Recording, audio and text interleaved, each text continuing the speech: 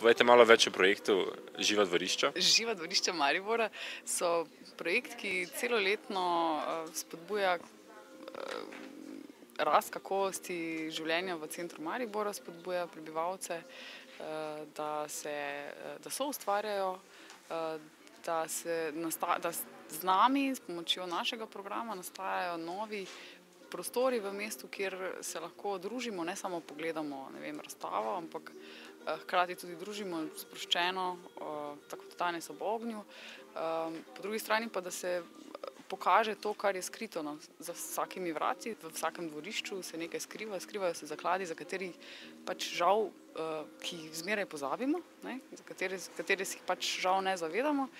In verjamem, da tudi vsak zna povedati kar prenekatero zgodbo, ki je pravi zaklad ali pa recept podeliti. Zato v bistvu delamo Živa dvorišča, zato da dokažemo, da Maribor živi. Trenutno smo na Orožnovi 7, ki je neke vrste domicil Živih dvorišč Maribora.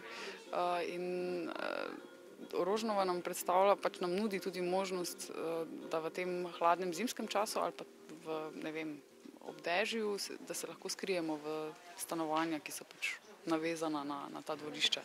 In v enem od stanovanj smo danes pripravili in odprli prvič nastajajoč in zmeraj rastoč in spreminjajoč živi muzej dvorišč, v katerega seveda vabimo vse prebivalce dvorišč in centra Maribora, da nam posodijo za par mesecev njihove predmete ali pa pač podelijo zgodbe.